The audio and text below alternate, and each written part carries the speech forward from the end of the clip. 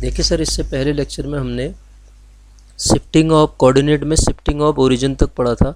अब उसी को आगे कंटिन्यू कर रहे हैं। इस लेक्चर में हम देखेंगे locus and equation of locus.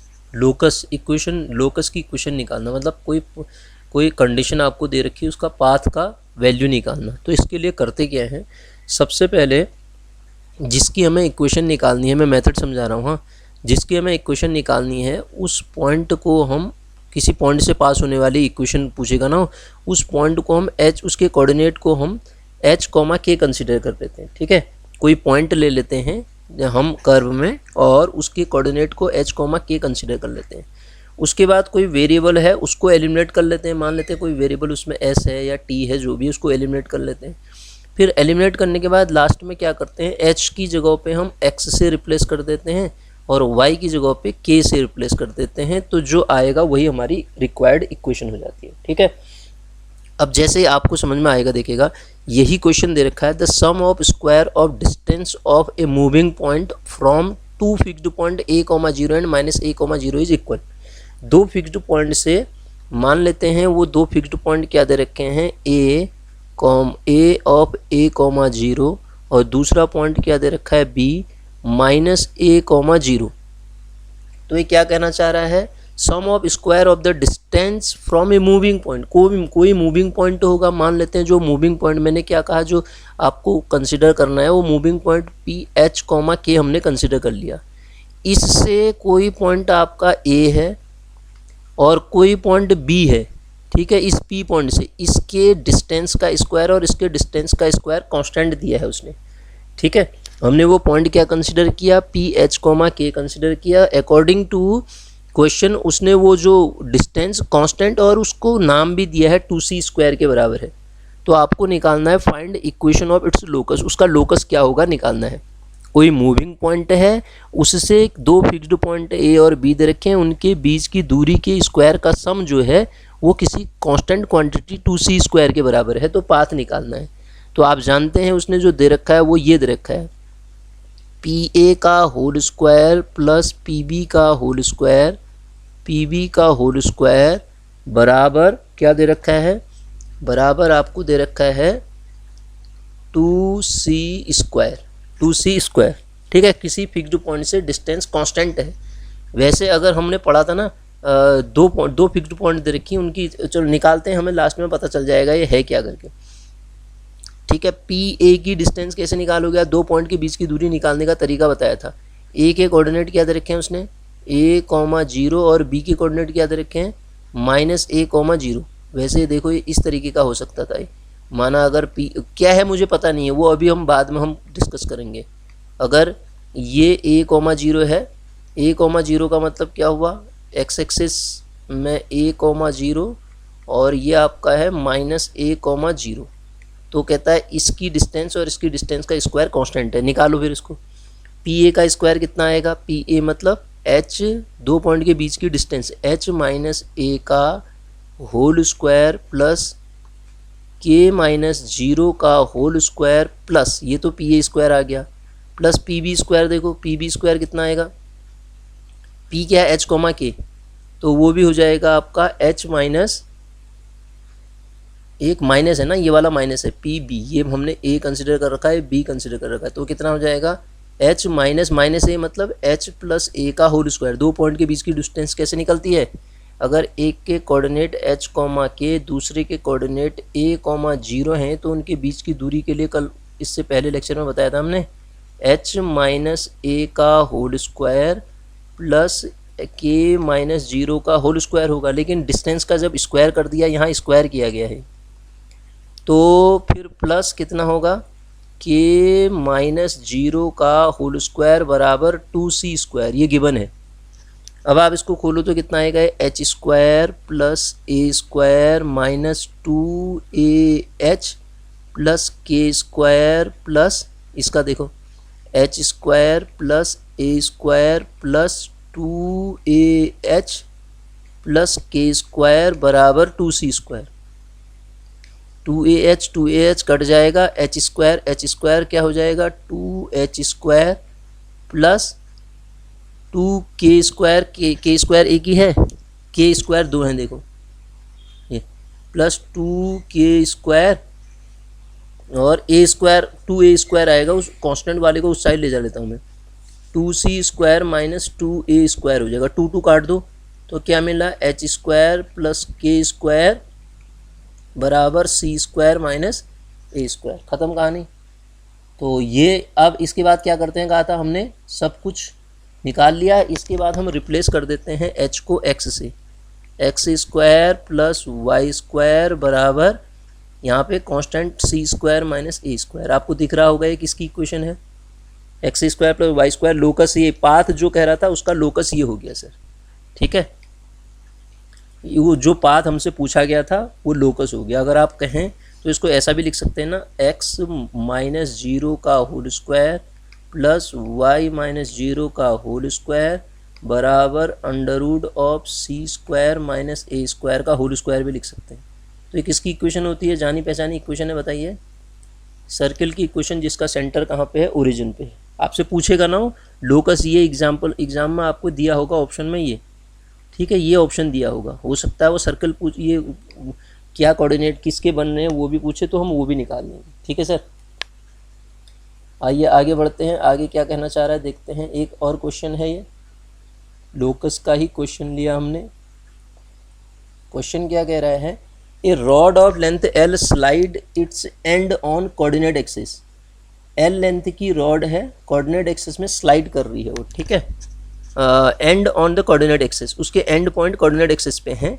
Find its locus of its mid point, mid point का लोकस निकालने के लिए कह रहा है हमसे।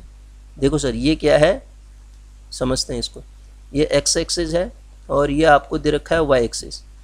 किसी रॉड की जो कि स्लाइड कर रही है उसके एंड पॉइंट कोऑर्डिनेट एक्सिस में है।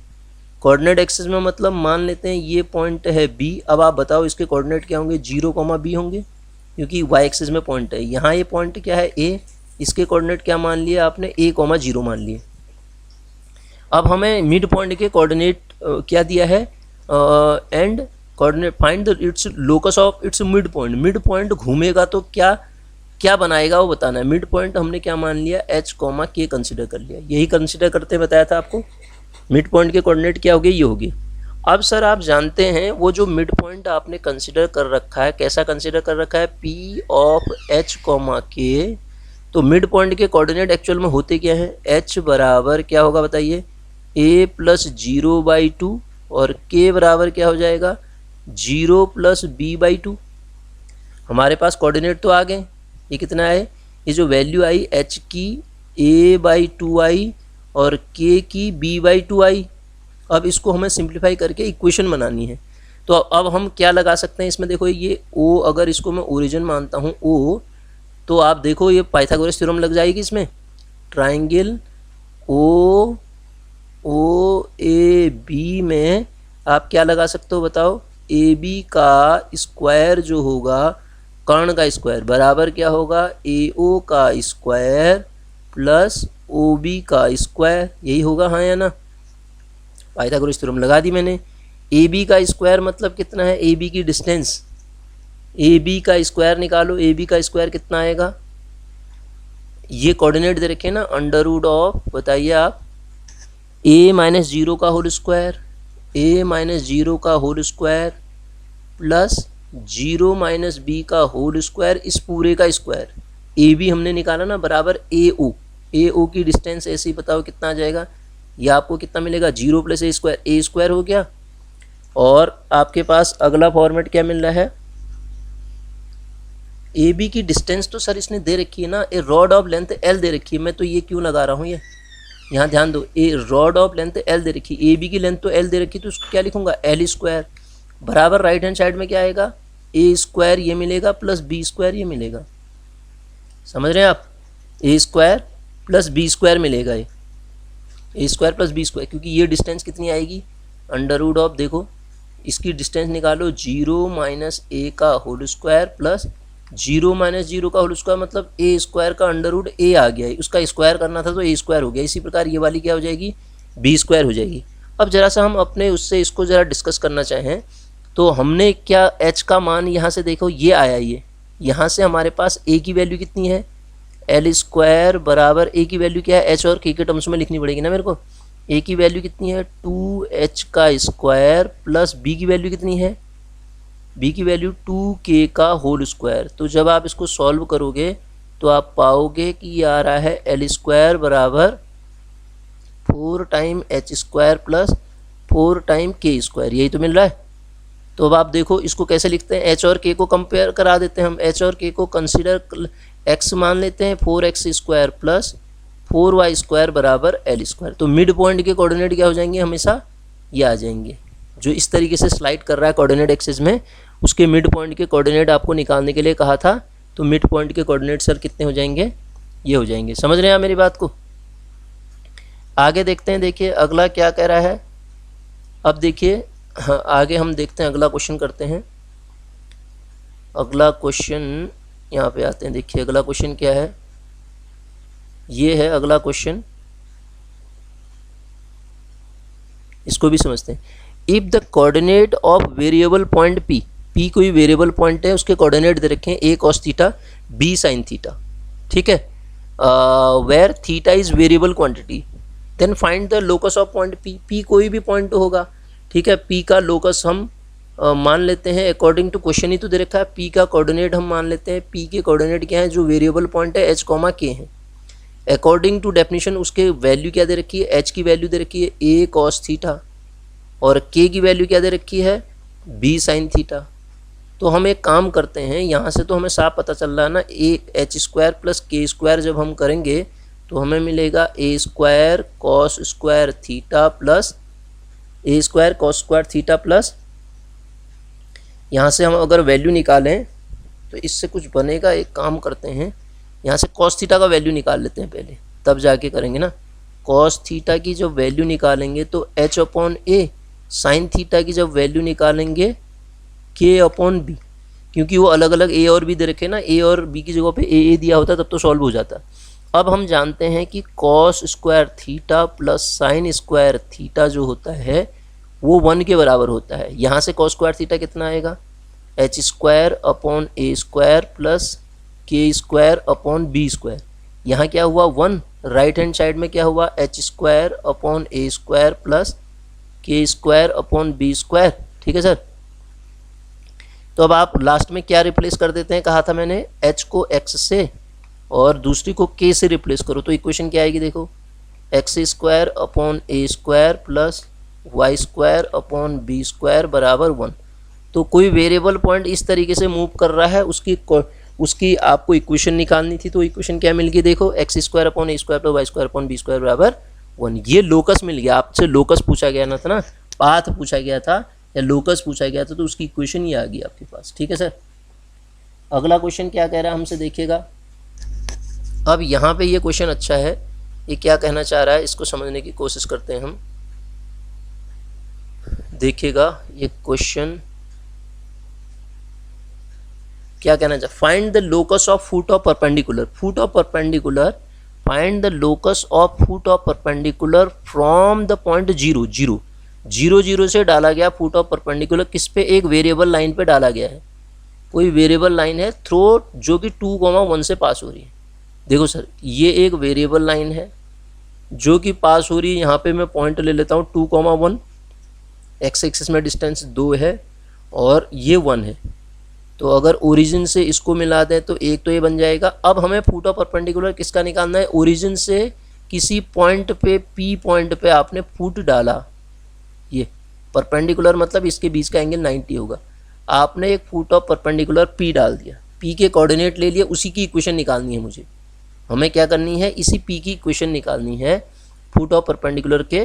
Find the locus of foot of perpendicular, इस पी का कोऑर्डिनेट वो इक्वेशन निकालनी है। मैंने इसके कोऑर्डिनेट क्या कंसीडर कर लिए, एच कॉमा के, ये क्या है एक्स, ये क्या है आपका वाई।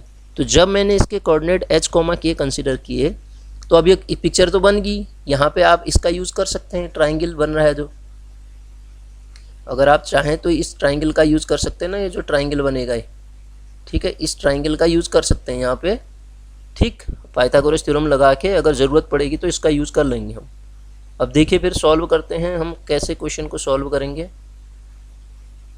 वो कहानी भी करते हैं स्टार्ट। अब देखो यहाँ पे इसको अगर मैं पॉइंट ले लूँ ए, तो आप देखिए एंगल ए पी ओ की जो वैल्यू है कितनी है 90 डिग्री, मतलब पाइथागोरस थ्योरम का यूज किया जा सकता है। तो अब आप बताओ, तो यहाँ से आप क्या यूज कर लेंगे, हमने कंसिडर कर रखे हैं foot of perpendicular coordinate H comma के, मैंने कहा पी के कोऑर्डिनेट हमने एच कॉमा के कंसिडर कर लिए हैं। अब जो दी गई इक्वेशन है उसमें कुछ कर सकते हैं हम, यस कर सकते हैं, पाइथागोरस थ्योरम लगा सकते हैं। ए ओ का स्क्वायर जो आएगा ये कर्ण हो जाएगा ना, ये वाला ए ओ का स्क्वायर जो हो जाएगा ए पी का स्क्वायर प्लस पी ओ के स्क्वायर के बराबर हो जाएगा पाइथागोरस थ्योरम से।